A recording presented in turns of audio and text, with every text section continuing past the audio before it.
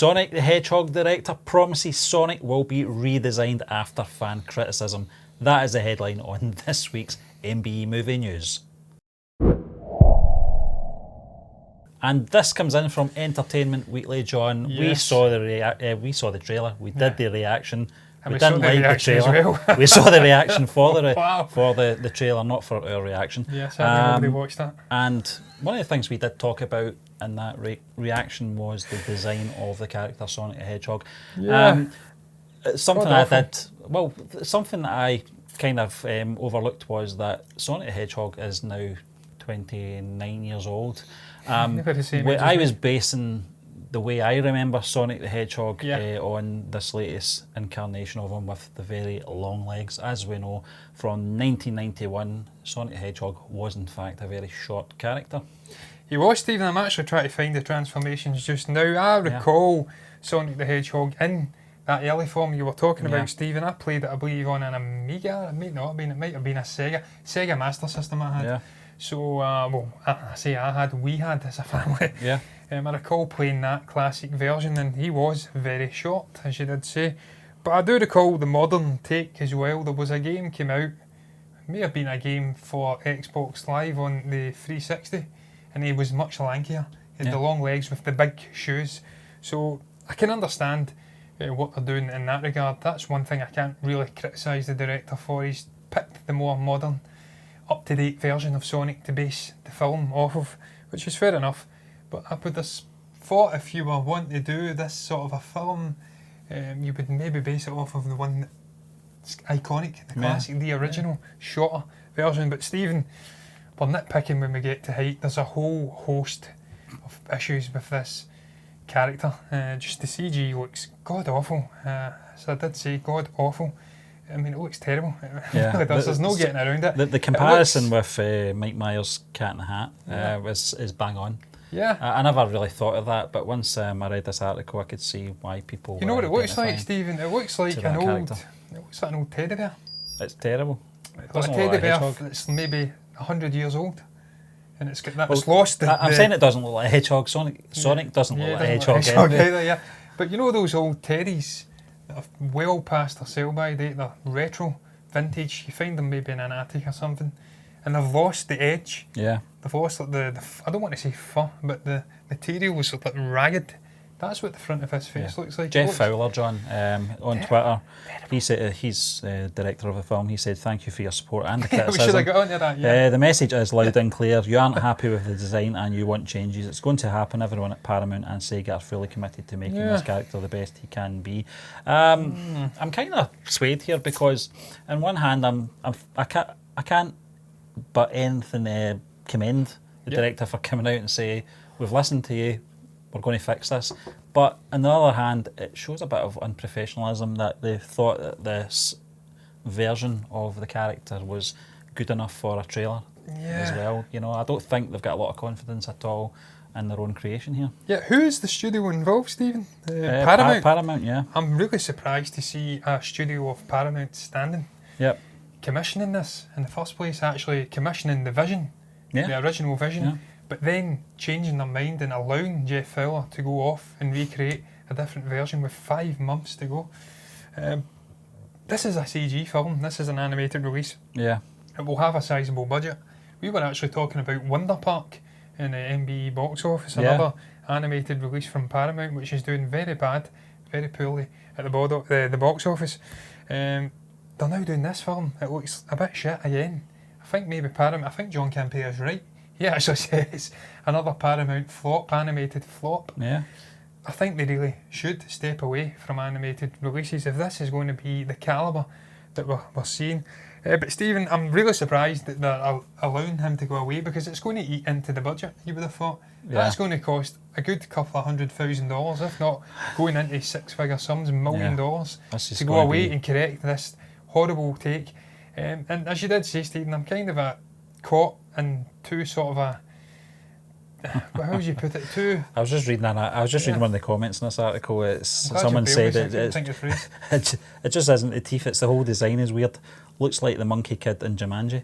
It does look like the Monkey Kid in Jumanji. I knew it reminded me of something. Yeah, it does. That's a great comment. Yeah, it's Thief, the Human Thief. It does look like the Monkey kid in Jumanji.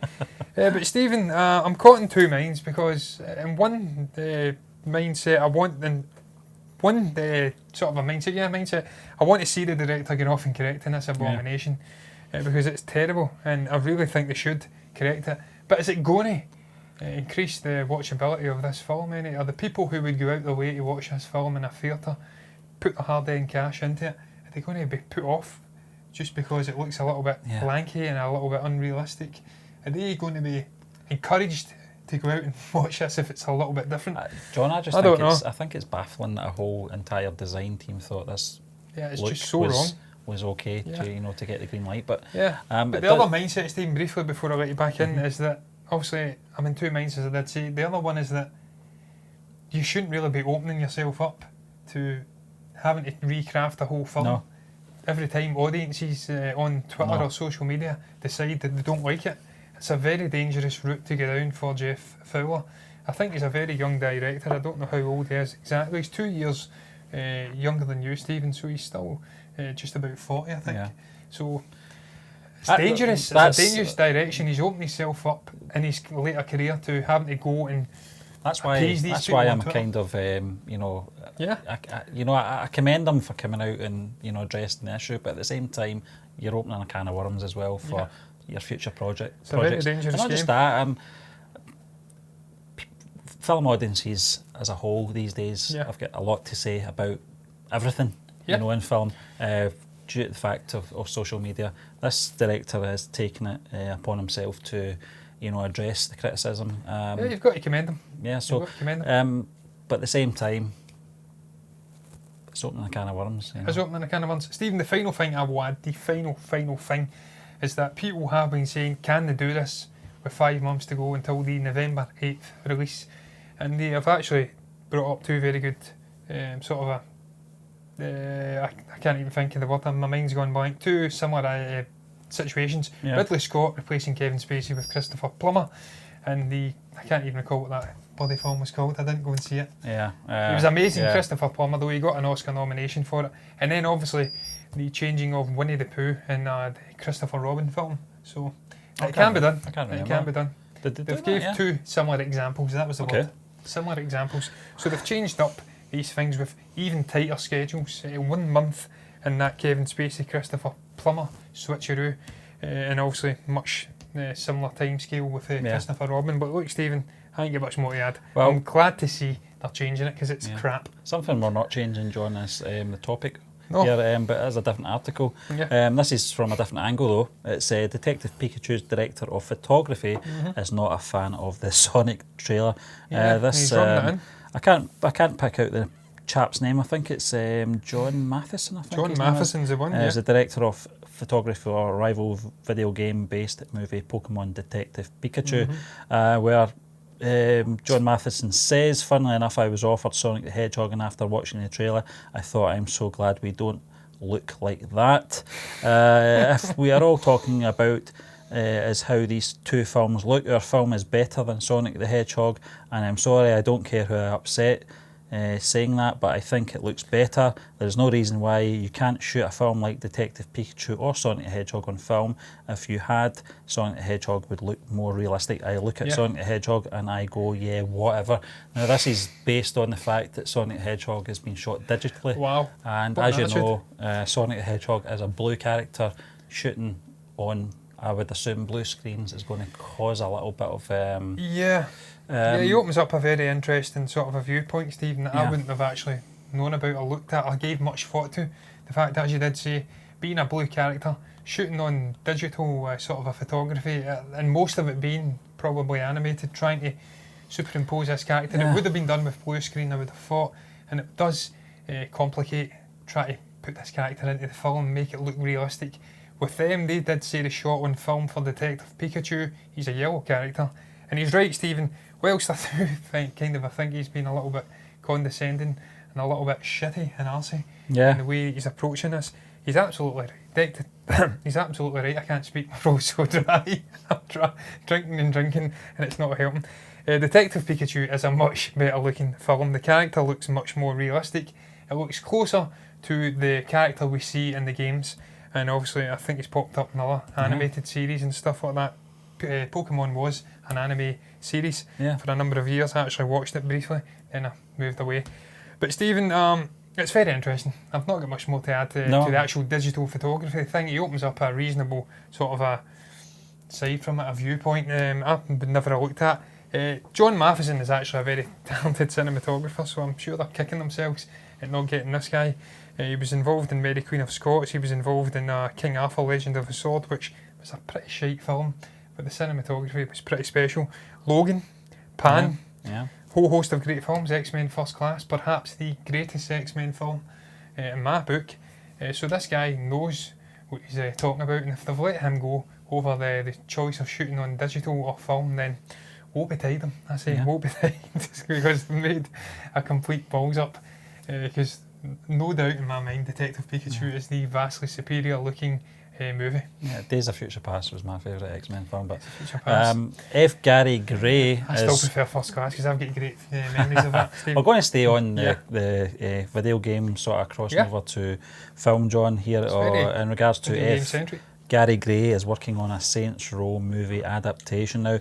The article, we actually try to find this because it's very far down in the article, that it's Saints Row, this wacky, endless, creative video game series that started, I can remember, it did start off as a Grand Theft Auto sort of clone. First game I played on Xbox Live. It was actually better than GTA at that stage. Yeah, it was. Just because it was on the new platform, as you say, it was on Xbox 360, I think it was at the time. Back in 2006, as I recall, Yeah, 2006. And I recall it was a very good game. They kind of upped the ante when you went on to Xbox Live. That was our first experience of online gaming back in the day, John. Transferring onto film. As we know, this developed into a much more eccentric game. I think when Saints Row 2 came out a few years later, it was definitely a far cry from the original film. All the things you can do, the creation of characters and stuff like that. And I think this is the road that F. Gary Gray is possibly looking at, this world of strange characters and crime-based events. And what was the city called again? I can't recall, Stephen. Can't remember. It's been a number of years since it's a good decade since I looked at this game. Can you recall the original game that released with the 360? That game where it was law enforcement guys and you could jump 100 metres in the air and stuff like that. Well, that was really good. I can't remember. I can't recall, but that's what Saints Row almost turned into. Yeah. In its later instalments, it was very far-fetched. As it does say, you went on to become the President of the United States and whatnot, and it was really driving around in tanks and just absolutely mental. It was like superheroes and things like that. So I think they're getting the right guy on board with F. Gary Gray, because this is a guy, as it did say, done The Fate of the Furies, so a film with tanks taking on submarines and stuff like that, I think they say. Yeah. So I can't think of a better guy to be involved in him.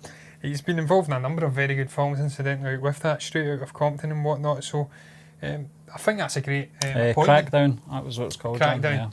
That turned into like Crackdown in the later instalments. So they've got a great director involved, a guy who would be in-fitting with that sort of a genre. I think we've now got an idea for the script if it's already in place. I don't think it is yet, but what direction they're going to be taking with this adaptation. It's not going to be like the first Saints Row, which was more of a traditional sort of a gang warfare. Yeah. Stillwater was the city. Stillwater. It was more a traditional gang warfare game akin to GTA. Yeah. They're going to go for the more later, crazy superhero-centric sort of a stuff. So it's going to be very interesting to see how that's going to lend itself to the silver screen. Because as we do know, Stephen, video games have not transferred well to Well, it begs the question, why has GTA not done this yet? Why has GTA Because not I done think Rockstar know the history of... And they don't need it. No, they because don't. they're earning like $1 billion on their opening weekend. I think in their own sort of way, they create that cinematic experience in their games anyway. So I think Rockstar have kind of cornered that market. They do it so well. Some of the sort of intersliced sort of action that you get throughout the gameplay is very cinematic anyway. I'd love to see Lance Vance appearing on this in a movie. Well, I was going to touch on the some of the the side characters in GTA. No, some of the talent that they've brought on board for these games as well. Some very well-known actors. Ray Liotta, yeah, exactly. So they've had a number of well-known actors and voice actors, portraying these characters. So I can see why Rockstar don't really want to go there as of yet. Anyway, Stephen, I tell you what, it's not even connected, but it's another article. In this article, talking about a completely different thing, but Borderlands is another video game series which I would love to see adapted to maybe TV show or a movie. Red Dead Redemption would be great as well. We don't get enough westerns these days. No. We were speaking about that recently. Yeah. But Borderlands is a great post-apocalyptic setting. Barren wasteland with these incredible sort of guns, almost Mad Max-like. So I'd love to see that getting adapted with all these strange and weird creatures kicking around in this barren wasteland. I can't understand why there's always an issue with the transition from video game to film. There doesn't seem to be many films out there that have managed to surpass the video game experience onto film. The likes of the latest one was the one with Tomb Raider. Tomb Raider, Dwayne Johnson's Rampage as well, but that wasn't a complete transfer from the game. It kind of took the concept, took the concept, but you're right. I think Tomb Raider's possibly the only one that's kind of had any sort of. You weren't a fan of Mortal Kombat in the mid-90s? No, or Street Fighter. I thought that was the one with Van Damme and Kylie Minogue. Strange casting, but listen, I don't know. I loved the game, the original game, Saints Row. I wasn't too bothered about the second one. I think that was a few years later. Yeah, fell away. The transfer. F. Gary Gray he's a good director. It'll be interesting to see how he goes about his business on this, if this is true. But I don't know if it's got enough. If there's enough. Investment there in the game. I think it's a very shallow game. I don't think there's a lot of storytelling there. You need to have a very good script, Steve, to make it work. I think that's something that's been badly lacking in video games, sort of in movies. Scripts have been terrible.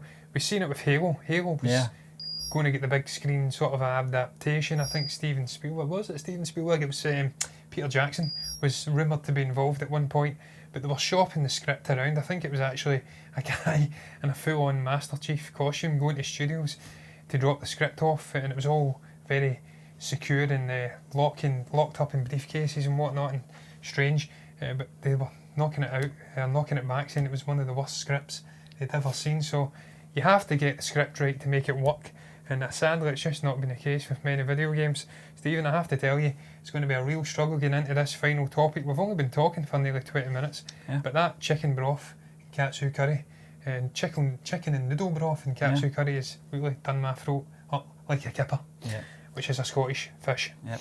I think you need more water, John. I do need more water. We'll talk about the last article anyway. It's in regards to Tarantino's Once Upon a Time in Hollywood, which is now going to be premiered at Cannes later this month. I think it's the end of this month, John.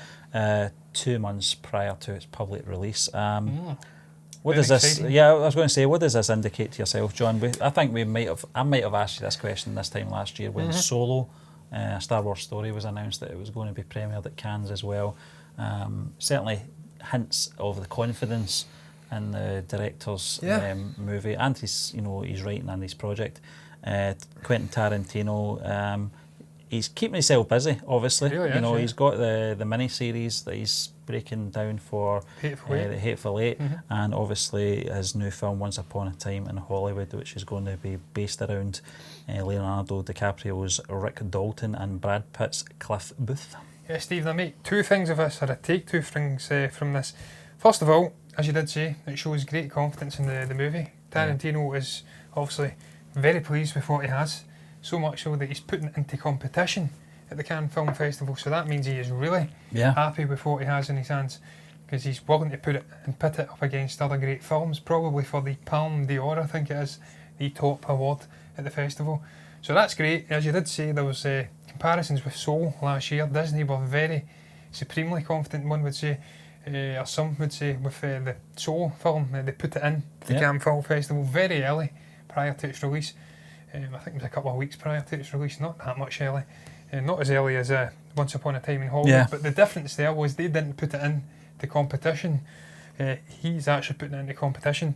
The other thing I take from it, Stephen, is just the workaholic sort of ethic that Tarantino has. They say here in the quote they were afraid the film would not be ready, as it isn't or wouldn't be released until late July, so it's really, really early. Them putting this in and premiering it at Cannes Film Festival almost 2 months prior to its release. But the fact he's not left the editing room for nearly 4 months shows you how loyal he is, how real he is, and a punctual child of Cannes Film Festival. Stephen, we've spoke time and again about Tarantino and his love for sort of analogue filmmaking. Yeah. He loves these 70mm filmmaking things. He likes going on road shows and putting intermissions in and things like that. The guy doesn't buy into digital.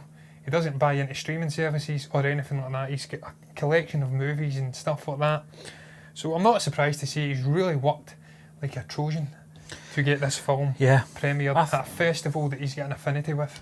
I think as well, John, that's why I'm surprised that there's this apparent script going around for Tarantino connected with the Star Trek franchise.